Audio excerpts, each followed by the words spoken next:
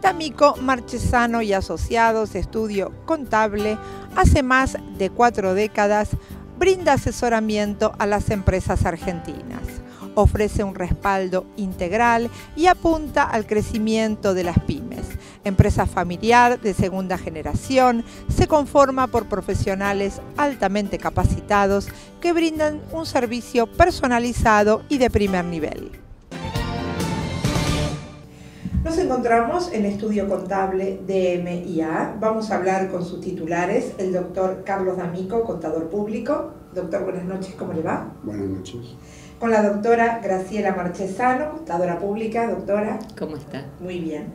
Un gusto estar aquí. Vamos a hablar acerca de la trayectoria del estudio, que tiene más de 40 años de presencia en el mercado, y con un mercado tan cambiante, que nos han pasado tantas cosas cuando hablamos de sucesión de décadas en nuestro país. ¿No es cierto, Graciela? Sí, realmente es una aventura trabajar en este área, sí, porque tenemos cambios a diario y realmente es muy difícil seguir el tren. Hay que estar muy entrenado, muy capacitado para poder hacerlo, para poder aconsejar a nuestros clientes, para llevar adelante sus empresas, para poder ayudarlos a seguir bien posicionados en un mercado tan difícil, ¿verdad?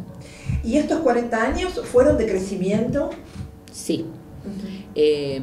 Nosotros hace más de 40 años que comenzamos con el estudio y luego fuimos incorporando al personal que hemos ido teniendo a lo largo de los años y tenemos hoy en día, y aumentando la cantidad de clientes, afortunadamente no por publicidad sino por el boca a boca. Por el trabajo. Por el trabajo, nuestros clientes nos han ido recomendando. Afortunadamente te ve que tenemos una buena imagen para ellos y nos han ido recomendando. Nuestro trabajo ha sido siempre bueno, responsable sobre todo, así que hemos crecido y apostando a un país. Nuestras hijas son contadoras públicas ambas, y nuestra intención era que ellas también pudieran incorporarse al estudio y seguir esta línea que hemos comenzado nosotros. Y así fue, doctor, ¿no es cierto? Porque así fue. Se incorpora a la segunda generación. Así fue. Y el objetivo es el mismo. El objetivo es el mismo. No sé si pasará lo mismo con la tercera generación, pero por lo menos la segunda nos ha seguido en masa y está junto con nosotros en el estudio,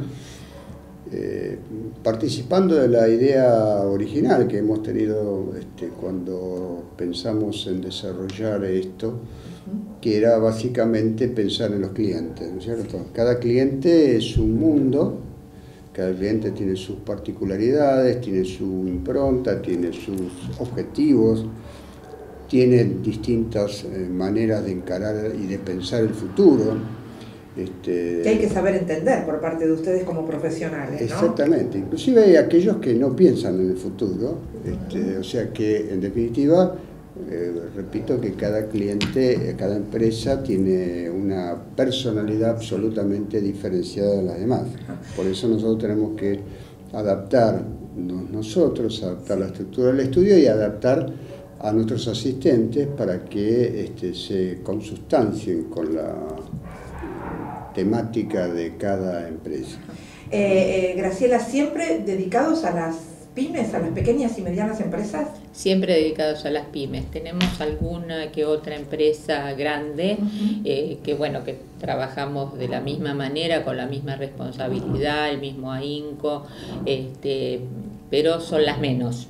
Hemos tomado esa línea de pequeñas y medianas empresas porque bueno, nos ha ido bien, nos gusta apoyar ese tipo de emprendimiento en el país y realmente son las que necesitan más el auxilio nuestro, que bueno, lo que Carlos decía antes, tanta incertidumbre muchas veces con respecto a la marcha de los negocios y de la economía, nuestra experiencia de más de 40 años sirve para aconsejar, porque hemos pasado todas las alternativas posibles que se han presentado en el país y hemos ayudado a sobrellevarlas.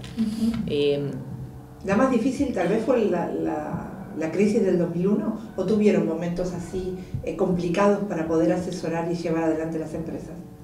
No, la crisis del 2001 fue una más. Hubo otras crisis que fueron muy importantes también. En el año que se cambió la tablita que tenía Martínez de Hoz, se produjeron gravísimos problemas con las importaciones, por ejemplo. Las empresas tenían cantidad de containers en puerto que no podían sacar porque el dólar se había ido a valores inmanejables, mercadería que luego no se iba tampoco a poder vender con los valores que iba a tomar al cambio. O sea, después tuvimos otros periodos bastante complicados también, con crisis internas y externas, porque hubo externas que trajeron modificaciones dentro de nuestra economía también. Así que siempre hemos tenido estas alternativas complejas, pero bueno, hemos tratado de trabajar para que las empresas que confían en nosotros puedan salir adelante de la mejor manera posible con nuestra orientación. Por supuesto, las decisiones siempre son de los empresarios, pero uno trata de orientarlos de la mejor manera. Porque yo digo que uno pasa a ser una parte fundamental de la rentabilidad de una empresa, ¿no? Y con respecto al camino que quiere tomar esa empresa. Sí, nosotros, además de la tarea habitual que tiene que hacer un profesional, que es una tarea técnica, vale decir, tiene que con todo el apoyo en materia fiscal y demás, nosotros tratamos de inmiscuirnos en la empresa, o sea, de formar parte de la empresa, claro, de alguna manera de correr la suerte de la empresa. Y eso realmente ha sido nuestro leitmotiv desde que empezamos en esto. Y seguimos así, ya sea la empresa chiquitita o sea una empresa importante. Creemos que el contador o el estudio nuestro tiene que estar, digamos, metido en el buen sentido, ¿no es cierto? Metido en el sentido de interiorizado y al tanto de lo que está pasando en cada lado a los efectos de ser lo más útil posible, que en definitiva es nuestra función. Sí. Hablaba Graciela acerca de las importaciones en algún momento dado, ¿no? Sí. Si lo tenemos que trasladar al día de hoy y las empresas, por ejemplo, quieren importar o exportar, ¿cuál es el tema? ¿Cómo estamos ubicados?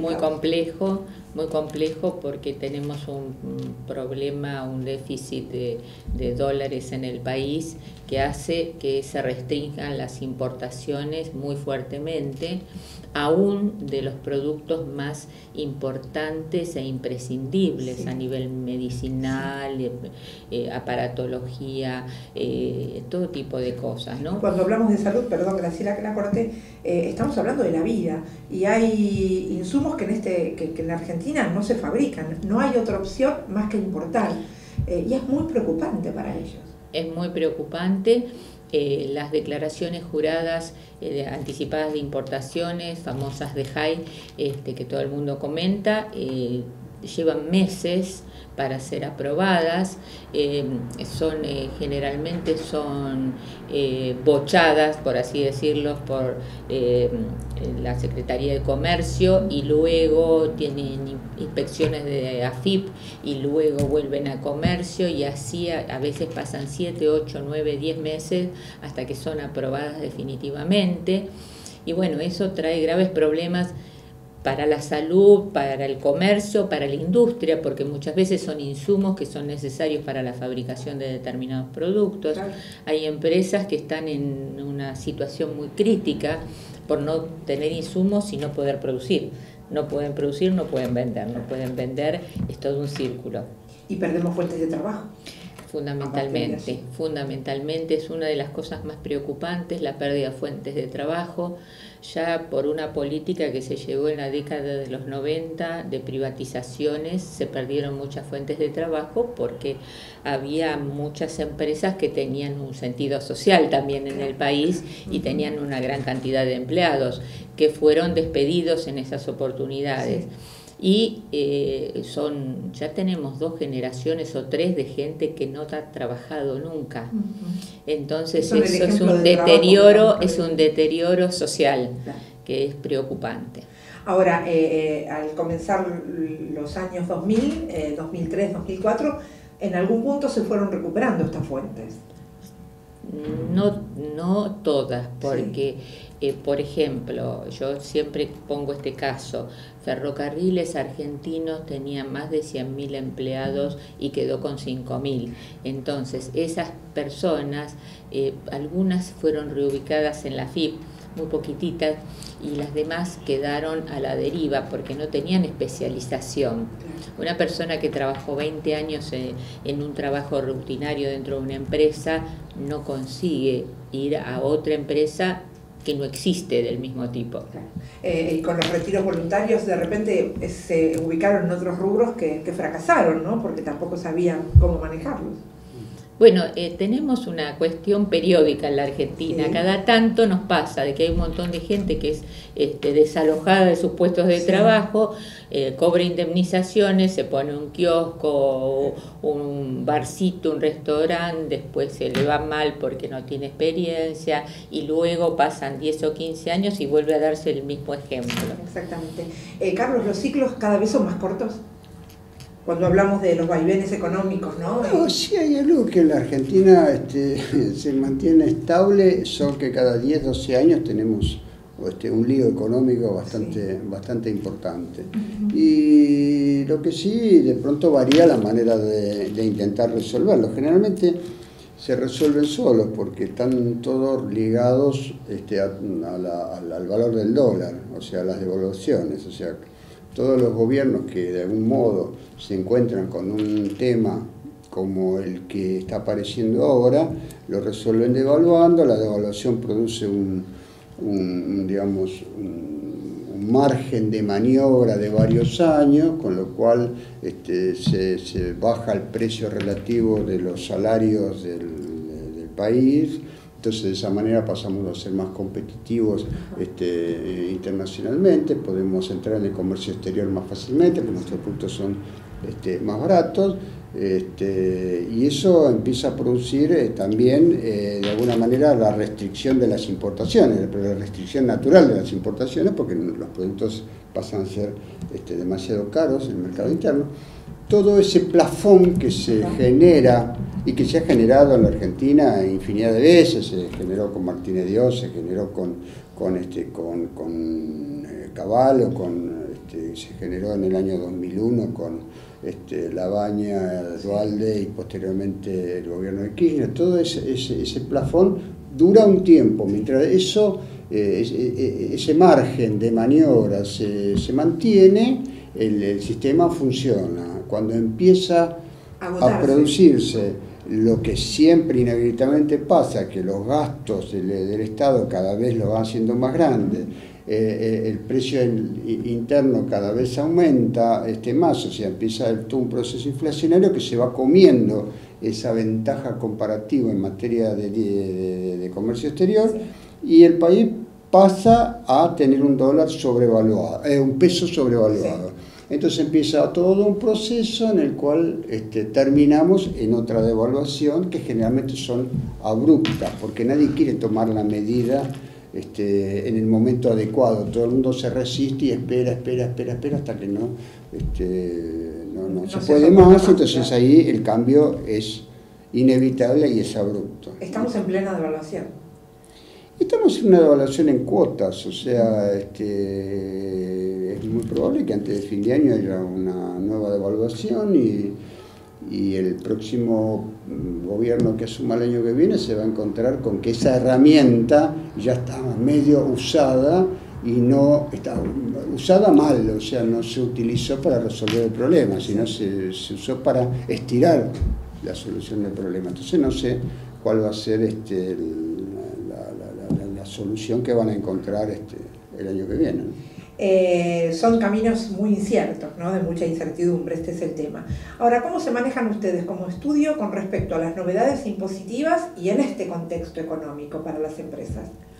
Bueno, nosotros constantemente tenemos que estar estudiando todas las novedades. De hecho, además enviamos diariamente un informe a todos nuestros clientes y empresas relacionadas con los tópicos más importantes. Y bueno, como decíamos antes, tratamos de conversar con el cliente informándole lo que va a pasar, cómo va a venir, cómo va a evolucionar esto, como para que vaya tomando las medidas, para que no lo sorprenda, para que no le produzca un caos dentro de su empresa, una crisis. Así que es un trabajo muy arduo. Últimamente decimos que es insalubre, porque claro, es día a día, hay cambios. Porque ustedes también tienen que aprender de acuerdo a las novedades que se van dando. Claro, bueno, nosotros estudiamos en su momento algo que fue cambiando siempre. Claro. Desde que nos recibimos hasta ahora hubo un sinfín de cambios. Y bueno, todo eso hay que asimilarlo, hay que estudiarlo, hay que analizarlo, ver cómo influye en cada empresa. En algunas influirá de una manera, en otras de otra forma, y plasmarlo en la conversación con el cliente como para que esté al tanto de cómo va a pasarle las cosas a él dentro de su empresa, dentro de su actividad, dentro de su rubro, porque cada uno tiene sus particularidades y cada modificación impositiva no es igual para todos, sino que afecta de una forma a unos y de otra forma a otros. ¿Dependiendo del rubro? Dependiendo del rubro, por supuesto. Ahora, una de las cosas que me parece importante de señalar, que nosotros vivimos en un país con un espiral que cada vez se cierra más en vez de abrirse. Si nosotros generáramos mayor trabajo, es muy sencillo, la economía no es algo tan compleja. Si uno tiene más trabajo, la gente tiene más dinero, consume más, ese mayor consumo genera más trabajo. Lo que pasa es que las empresas, ¿hasta qué punto pueden abrir nuevas fuentes de trabajo con el temor que tienen a lo que está pasando? Claro, pero esto hablamos de una política. Claro, o sea, yo hablo integral, de una política integral. Sí, por eso digo, no es una ciencia tan compleja, es algo que es relativamente sencillo de haber una política orientada hacia eso. Y pasamos de estados ausentes, a estados totalmente subsidiarios, claro, que eso también influye, ¿no? en el gasto general. Una política que genere la confianza. Claro. Primero, de que la política esa es buena, y segundo, que se va a sustentar en el tiempo. Totalmente. Porque uno de los problemas básicos de nuestro país, de nuestra economía, es que nadie sabe qué va a pasar la semana que viene, ni siquiera mañana. Uh-huh. Entonces, en este momento asistimos, por ejemplo, a una voracidad fiscal, no solamente de AFIP, sino de ARBA, de AGIP, o sea, provincia de Buenos Aires, Capital Federal, donde buscan los resquicios más insólitos. Sí, las empresas se sienten perseguidas. Sí, las empresas y las personas están reteniendo en las cuentas bancarias a gente que no tiene ninguna actividad económica grabada por el fisco, por ejemplo en la provincia de Buenos Aires, y le hacen retenciones que después es casi imposible recuperar. Gente que no tiene nada que ver con una actividad grabada, y sin embargo ellos los ponen en las páginas. Y las empresas tienen la obligación de basarse en esas páginas para hacer las retenciones, las percepciones, claro, y demás. O sea, es una situación realmente, sálvese quien pueda en este momento. ¿Cómo va a influir, de acuerdo al punto de vista de ustedes, la ley de abastecimiento en las empresas?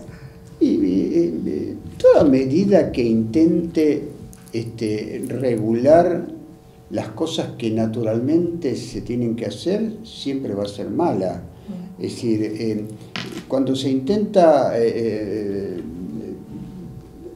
tratar de decir que esto no es un teléfono, sino que es un cenicero, por ley, evidentemente no se va a poder... Cuando negamos la realidad. Exactamente. Cuando negamos la realidad y el problema son otros, entonces se intenta a través del Estado, a través de lo que puede ser el autoritarismo del Estado, regular cosas que no se pueden regular. En una economía sana, el mercado mismo tiende a que se regulen las cosas y se encaminen como corresponde. Claro. Libremente. Claro. Las empresas se instalan para ganar dinero. Sí.